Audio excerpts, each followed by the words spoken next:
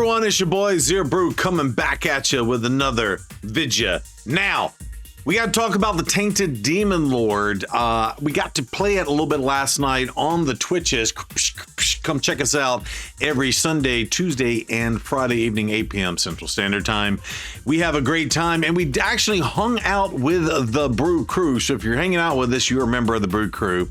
And of course, if you like and subscribe to this video, you're a member of the Brew Crew as well. But we had a fantastic time and did a bunch of testing and stuff. So I want to kind of talk about my initial thoughts on this. And this is before me going in and looking at all the big brains coming up with the super OP teams and champions. But listen, do me a huge favor. Also, check out my link in the description. It is your best start in Raid Shadow Legends. You'll get Tholin Foulbeard with my starting link. You have to use it to start the game, and 3 S-tier champions, right?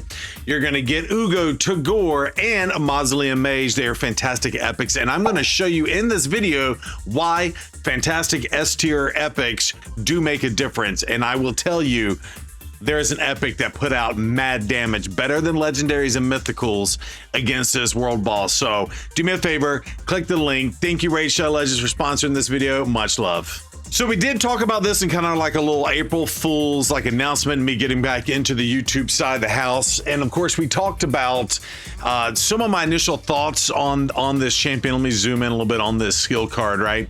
But basically, the thing you need to know about this, and I'm like, cut to the chase and give me what you got. So basically, when you fight this champion, it does start out very, very easy. And by very, very easy, I mean not a lot of restrictions. The boss is kind of slow. I would love to see the stats on this. I don't know if people have kind of figured that out and really tried to understand all of that. But basically, long story short is, as this champion levels up, or as it starts taking turns, it starts boosting its stats. That includes resistance and accuracy and all of that crazy stuff, right? And of course, there are limits to what you can do in terms of damage, meaning shield growth tightest teams. And I'm going to show you something about that here in a minute, because I think there's some cheese they got in the game as well when you look at the leaderboards.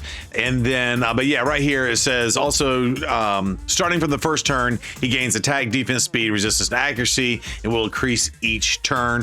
Starting from the 20th turn, defense, speed, resistance, and accuracy will increase by a greater amount. And you do see this through these fights. So really, as soon as you get to level or turn 20, and I will say, bring in a reviver in terms of a sport, and this again, just what we kind of figured out in the last few hours of the stream last night. You can, I think I only had one champion die before turn 20, and I needed to revive it, right? Super squishy team and things like that.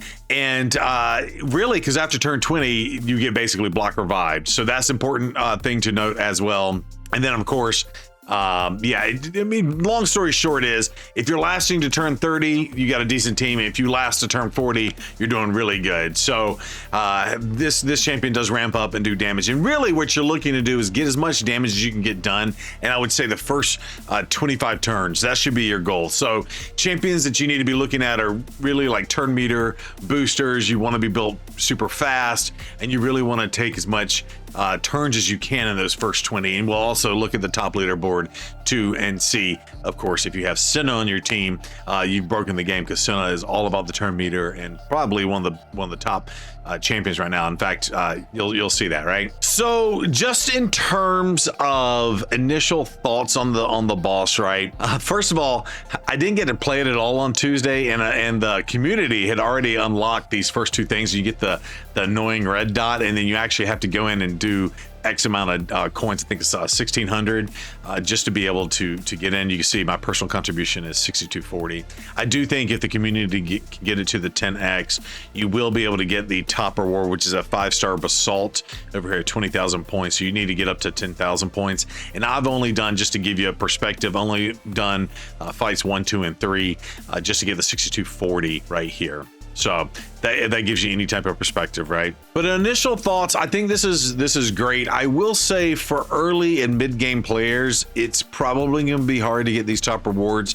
But I think if you're in that situation and you don't have some of the champions you need to do super awesome damage, and when you go into the battle, you do need to get 85 million on these battles. And you can see I've only done the first three, as I was just talking about. But you may not be able to do this 85. I do think if you're one of those earlier or mid-game players, don't be discouraged, right? Just do what you can do. Don't forget there is free gear changes. I'm going to talk about that too when I break down my teams and stuff. So just don't be discouraged and try to grind through it as much as possible. I will say, you know, if this event is a success, like, we can expect these types of events a little bit more common. So even if you can't participate now, maybe a year from now, you'll be able to like hit something like this super hard, right? Okay, and so I didn't realize this, but these are for individual awards. And again, I am, you know, super late game in-game account, and I have paid to win. But I'm sitting in 8th place, and I haven't even done 2 of my fights. And I can tell you, my third fight just barely got over that 85. You just see it here. I did 2 and 9, and this is just my first time just kind of throwing some champions in here and see what I can do. This one is the one that we need to talk about on the breakdown. I will, you know, a special sneak peek. Phoenix, as I was talking about in my little promotion, Phoenix did over 111 million damage by himself, and that's over the Teox here. Now we do have the Crushing Rend and all the different stuff to help us get there, but just so you know, epics can make a difference in these fights. And yeah, I just took my first kind of stab on this fight, which is Shia, Garal, Krokad, Tagoar, and our guys, and this is an all orcs team, really trying to capitalize on the buff to Garal. And funny enough, with Shyak and Krokad, Shyak can put out decreased defense, Krokad can put out weaken, so that's kind of cool that you have that situation going on. And of course, our guys can empower the Garal. The problem with this team is because Garal ramps up his damage by the damage. So the idea is to put the 50% hit on her.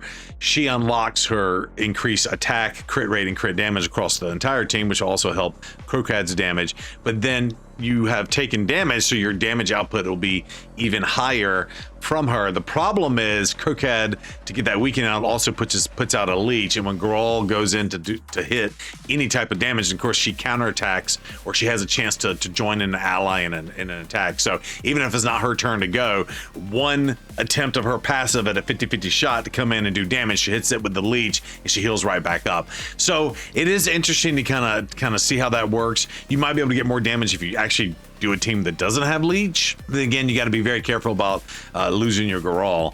So it is what it is. Those are the teams I did. In this first one, I'll just show you. I did Marishka Taras just to try. And I will say the Lady Mikage Ninja, and Ninja just came in and did 144 on this all together. Of course, we have a 6-star Crushing Rend on him. Lady Mikage with the A1 and the Smackadoodle-Doos. And Lydia obviously setting up the weekend and the defense, and of course the block damage and some other things. I said block damage, block buffs. Taras only came in and did 36 million. We did try some alternatives to this team, but so far the Ninja Mikage combo is what seemed to work on this. So in terms of my clan, we did have someone put up a Billy, but this is on all 4 or 5 of the stages. Our boy Blazin, we're only 2 behind him. He's only done 3 of his battles too. One of those is stage 4. But anyway, I'm showing you all this to kind of take a look and see what other teams can do. So I will tell you, I will tell him this too, is that we did 206 with that Phoenix team. You absolutely want to get Podrick, Phoenix, and Teox. He's got a Teox and Ramontu in that team, and drop this whole Noel Sir Nick thing. Because again, the Demon Lord after turn 20 can start hitting through block damage and unkillable and all that stuff, and doing nasty stuff. So I will tell him about this team. He should give that a go. And then this is what he could do with his ninja.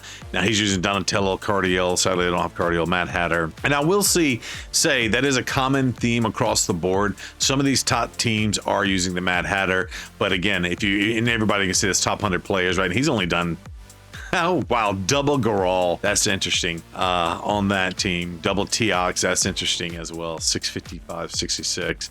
But yeah, as you can see, Senna with Toshiro here.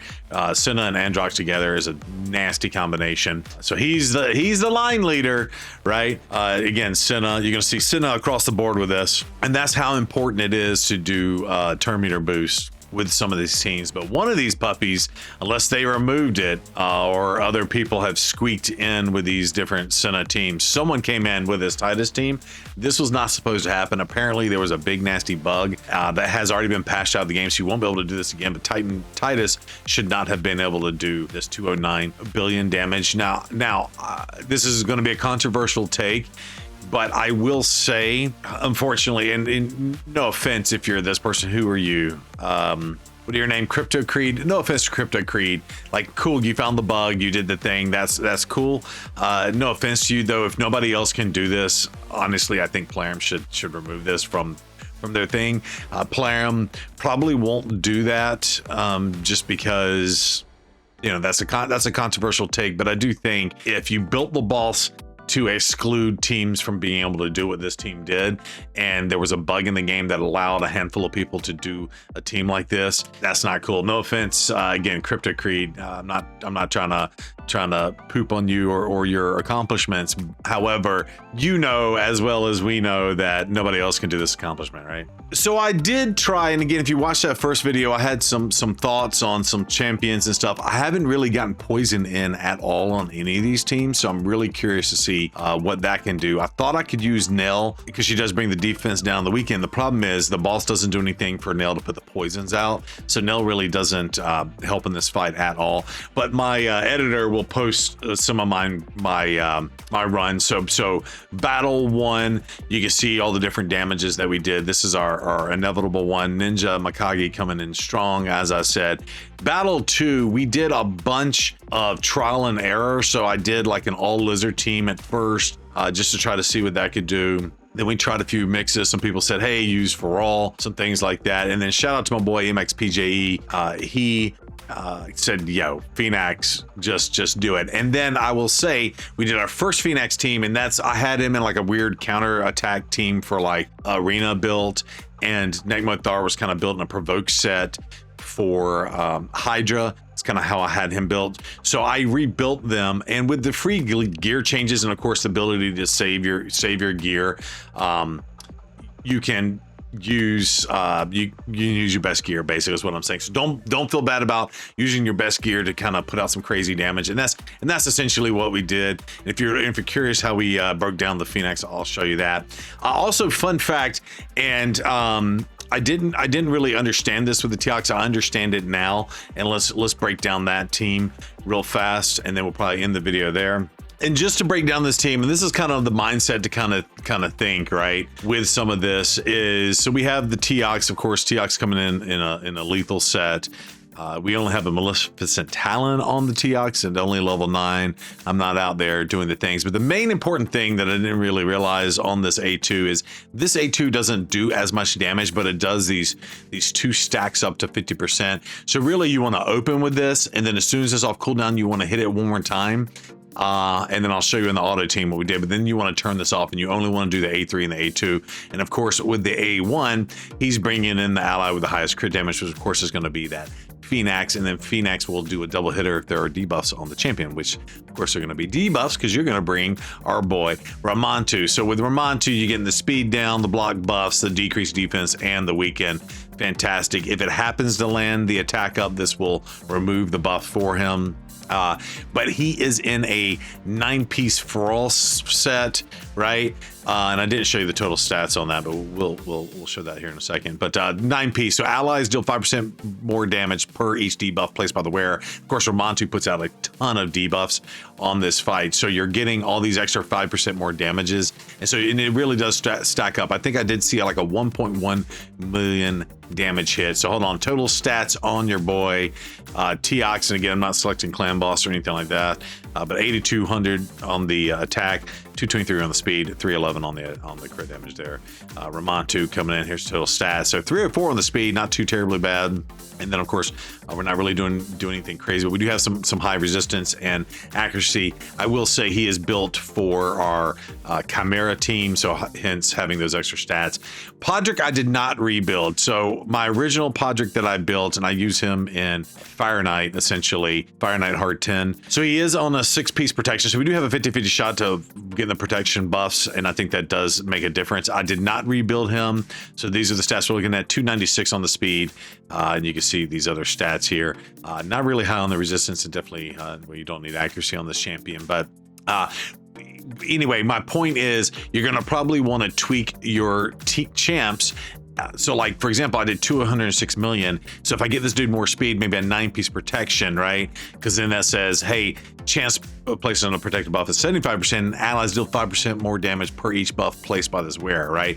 So Podrick's out there pumping out a ton of stuff. So that could be a way to ramp up our damage and get more out. So those are things to consider. And then of course we went the big, fat, juicy, relentless on the Nekmothar. Relentless and speed, and then we threw the perch shadow on him. Of course, his A2 and A3 will always be on cooldown, or he'll be using them all the time. But then the perch shadow, which gives you an extra chance to do the basically get an extra turn, right? Did I have a relic on him? So I didn't even have a relic on him. This just goes to show you. Here's your total stats for your Nekmothar. So 376 on the speed. Again, tag, defense, whatever. Accuracy and resistance. Now I will say, not a lot of accuracy on this build. And you might start, and I know when we were doing this fight, we were no longer being able to land that leech on this one, and you do want to have that leech to keep your team healed up. We're talking between like stages 20 and 30.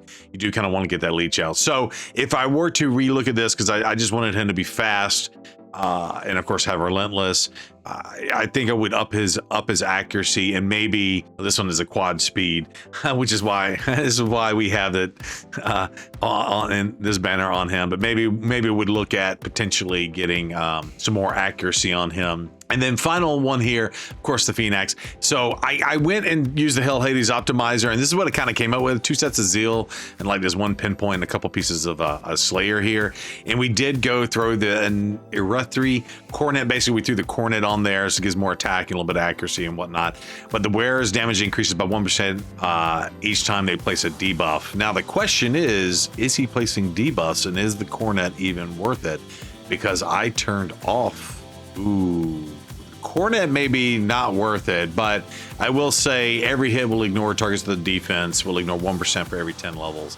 So actually, I think now that I go back and look at this, the Coronet's not going to be worth it because we turn off the A2 and the A3. So I'm gonna have to rethink this. We could probably get even more damage out of him. Maybe it's a Talon that we kind of throw in like we did on our boy Teox. Where's a Talon? Show me a Talon. What does this do again? Where has 20% damage and then 10% more damage when attacking? Yeah, so maybe the Talon is actually better on him than the Coronet. I didn't actually study that last night. But anyway, here are your total stats. So looking at 8,600 on the attack, which is crazy. 392 on the crit damage on this dude. He's only at 203 speed, but and I'll just run this fight so you can kind of see it. And I'll start it on auto. Basically, the only team presets I have is I was going to show you that too, but we don't need to look at that. The only team presets I have are turning off the A2 and the A3 on the Phoenix. And actually, now that I have the Coronet, I could have maybe done the A3 there and to see what would have happened. And then we have Teox with his A2 turned off and an opener. So that's why I left it on auto. But as you can see, the A2 went. So we do need to do these other attacks manually, if you will. And actually, I'm curious, do we try to do a little something just to pump the, yeah, he's not landing anything. He's not landing anything. I was just curious if we could pump up that Coronet. Yeah, so there's a lot of room for improvement, and how this got turned off. Actually, you know what? We're gonna stop it here. So I said I wasn't gonna do this, but I don't know how that got out of sync since I was manualing that. So I'm gonna do this from now on out and just change that. Podrick, nothing. Ramontu, I want to focus on getting the decreased defense and weaken out as fast as possible. And this is what I was talking about with the Teox. We open with it, so we can start off on auto, but then you need to manual it to hit this one more time, and then you leave this turned off. And then the Phoenix, yeah, we turned off these other things, and we definitely need to swap him out to give him a Talon for sure. For sure, that needs to happen. But until then, we'll probably do another one at the end. So again, I don't know how we got out of sync there, but there you go.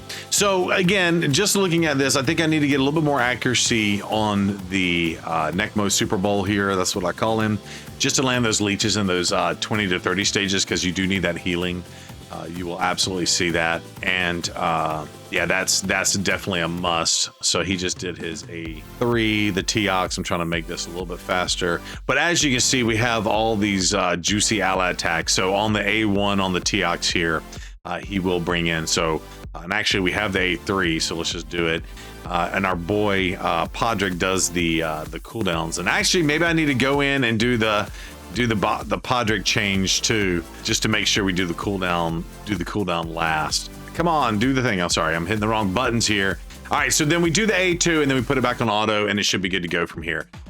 Yeah, it should do that from here. So that being said, yeah, basically there's your ally attack that's coming in. So right now we're hitting for 715 and 745. And then of course we have an opportunity to ignore the defense, and it will ramp up and do some nutty damage with all the stuff. And of course the attack up you want to have on the Phoenix when he's in there doing his thing as well. Ramantu, fun fact, has the brimstone, so you'll see that pop off every now and then as well. Again, the tag down not working out for us, so come on Podrick, keep that up on us. But yeah, it's just a fun little team that we threw together. Shout out to Phoenix out here doing the world. See, there it is, 956,000 damage, 1 million damage. That's what we got going on.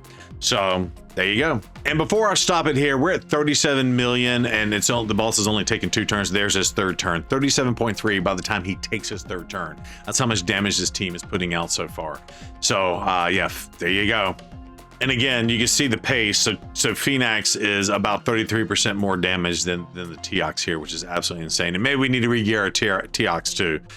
We shall see when it comes to that. So let me know what you think about the Tainted Demon Lord. I want to end it here. I don't want to go too long on this one. Now, I will say I purposely did not watch other people's videos on like team strategies and stuff. I know Bronco's going to do some 10-headed 3D chess maneuvers and moves to get out like these, 4, 5, 600 million damage teams, and that's going to be awesome. So I will certainly watch that. We do have 5 weeks or something like that on this coalition event, so I didn't want to kind of spoil anything and go straight into it with like the best of the best, combos and teams and stuff. I kind of want to figure things out, and that was fun for us actually last night on the stream. So let me know what you think in the comments below.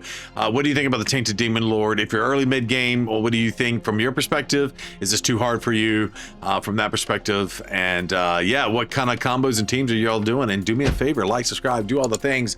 ZEROBREW dabbing in, ZEROBREW dabbing out. I can't even say it right. Until next time, bye.